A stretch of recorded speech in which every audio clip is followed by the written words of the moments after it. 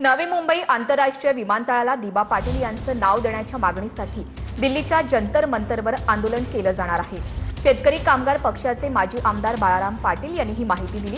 5 ऑगस्टला जंतर मंतरवर 27 गाव संघर्ष समिती आंदोलन करणार आहे।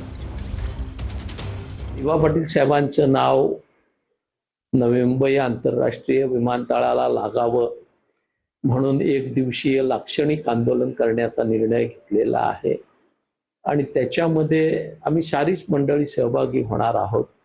1000 जणांची परवानगी जंतर मंतरवर त्या मंडळींना मिळालेली आहे आणि आमच्या ज्या भावना आहेत त्या थेट दिल्लीत जाऊन केंद्र शासनाच्या कानी पडतील।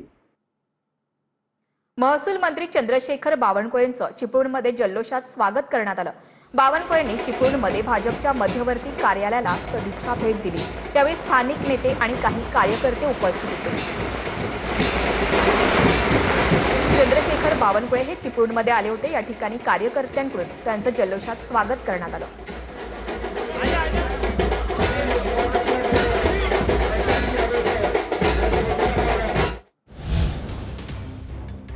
2 ऑगस्टचा दीक्षांत समारंभ पुढे ढकलण्यात आलाय। सर्वोच्च न्यायालयाचे सरन्यायाधीश सूर्यकांत हे उपस्थित राहणार होते। मुंबईतील Tata institute of social sciences अर्थात टीसकडून 86वा दीक्षांत समारंभ आयोजित केला जाणार होता। मात्र सीजेपी आंदोलनाशी संबंधित विद्यार्थी विरोध करण्याची शक्यता असल्यानं समारंभ हा पुढे ढकलण्यात आलाय। राष्ट्रकुल स्पर्धेमध्ये भारत 34 पदकांसह 4थ्या स्थानी आहे। भारताच्या खात्यामध्ये 11 सुवर्ण, 15 रौप्य आणि 8 कांस्य पदकं आहेत। भारतानं पहिल्यांदाच बॉक्सिंगमध्ये 5 सुवर्ण पदकांवर नाव कोरलंय।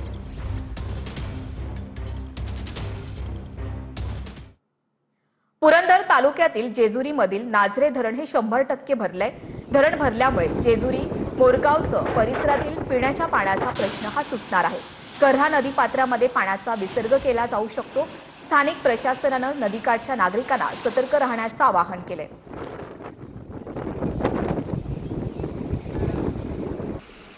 जळगाव अमळनेर मार्गावरील रेल्वे भुयारी बोगद्यामध्ये पावसाचं पाणी साचलंय। पावसाच्या पाण्यानं बोगदा तुडुंब भरल्यामुळे वाहतुकीसाठी बोगदा बंद करण्यात आलाय। बोगद्यामध्ये 4 ते 5 फुटांपर्यंत पाणी साचलं आहे।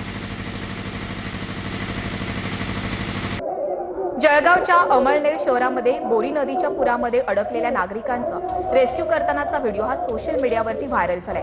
बोरी नदीला पूर आल्यानंतर पुराचं पाणी हे नदीच्या काठावर अमळनेर शहरातील पैलाड परिसरामध्ये शिरलं होतं। यावेळी नागरिक हे घरामध्ये अडकले होते।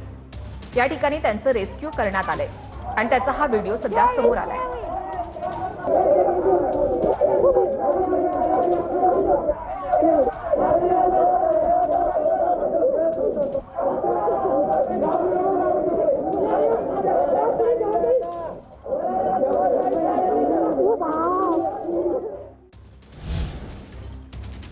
नाशिकमध्ये कुंभ प्राधिकरणाच्या बैठकीमध्ये MNGLचे अधिकारी गैरहजर होते।